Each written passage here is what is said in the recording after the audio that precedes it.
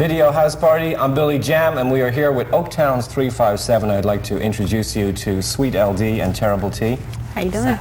We're doing good. So Oaktown's 357, you're back. You were away for a little while, and now you've returned. First up, when you guys first came out, you had a third member. Right. Who was that? What was her name? Her name was Phyllis Little P, and she got married right after we finished the first album. So by that time, she was kind of disappeared. So she was really just there at the very beginning, and In then the she very was beginning, gone. yeah. She danced with Hammer also, background, and then when we did the album, she was there for that. And then after it got pressed up and released, she was out of there. You know, a few people have said to me, they said, wasn't B.I.G.B. in Oaktown's 357? How does that confusion come about? I think it came about in Juicy. Right, because she did the remix with us, Right. and they seen a piece of the video, and she was towards the end, so I guess everybody kind of just put it together and thought since it was 3, 5, and a 7, that Angie B must have been the third member. She was the 7. Yeah. Right. So with Hammer, I mean, you started out with Hammer, but you're pretty much your own people now. Right. What was it like? Was it helpful starting out with him, or was it? Yeah, it was helpful. He gave us a lot of, support, and told us how to handle interviews and dress and talk and walk and all these different kind of things. As far as being on stage, he helped us relate to the crowd, communicate with them with our dance and all that other stuff. Sweet L.D. and Terrible T, are you guys looking forward to going out on the road for this tour? Yes. Oh yes, we're looking at leaving probably the first week of October. Right. So this is going to be the tour, right? Oh yes.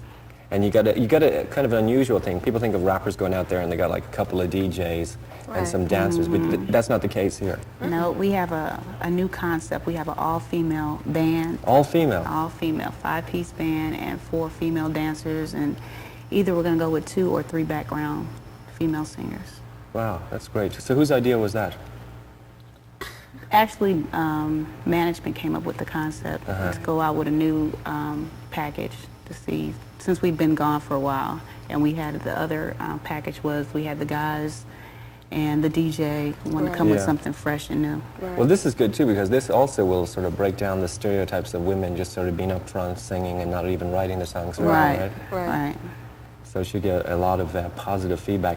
Now, as far as your image, I'm impressed. I'm looking here at these pictures here, and you have like so many different images. Every time I look at you, like this one here, you got this kind of let's go out on the town look. Go party. Yeah, let's go party. And then here we got like you're all dressed up for look, the business look, are nice. And then this image here, what would you call that? Cheese and wine. Yeah. Cheese and wine. Picnic, yeah. Picnic look. So what is the deal here? You guys, you're heavily into fashion, is it, or? Yeah, I mean, well, you wouldn't dress the same way every day, and for different occasions you wouldn't dress the same way, but they're just different sides to Oaktown's 357, and there are always different sides to a woman, so we just like showing all of those sides. And you have a lot of fun then going around picking out different styles. Yes, we do. Because what we're trying to do now is we used to dress alike. We want to show everybody we have our own personalities and our own identity, and it's still matched. Right. So she dresses like Sweet L.D.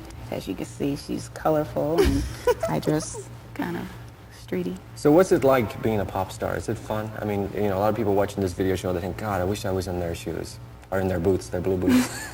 They say, I wish I was out there. I wish I was like in all the magazines and people were coming up to me. Is it as much fun as you perceive it to be? It is a lot of fun. I couldn't complain. It's still a lot of work, though. There's a lot of work that goes into it, but it's still fun. But it's hard work, too. It's hard, a lot of hard work. It is. Well, speaking of hard work, the album looks like Fully Loaded was a lot of trouble. You put it together, and you got many songs on there. Do you have any favorites? Yes, I have 2. Well, actually, I have quite a few, but my 2 most favorite are "Turn It Up," the single that's out now, and a slow ballad on a song called "I Miss You, Come Back to Me." And mine is the other slow ballad, which is "All Over You," and "Loaded 357." Yeah, Loaded 357. What's that one about?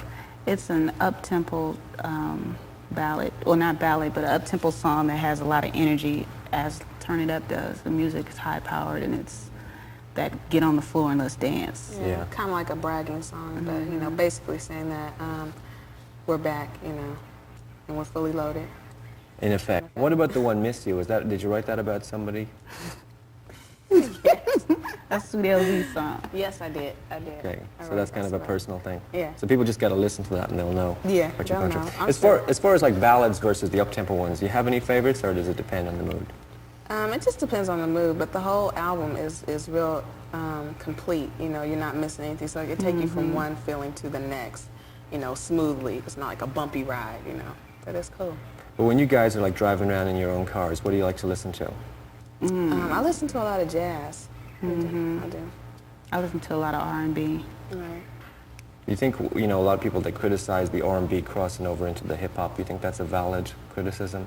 No. Like Belle Biv DeVoe, for example? I don't think so. I mean, music is meant to change in any form, you know, otherwise it wouldn't be music. So you have to try new things or you would die. Yeah. You know, nothing would survive. So where do you think rap will be like in a few years from now, 10 years time?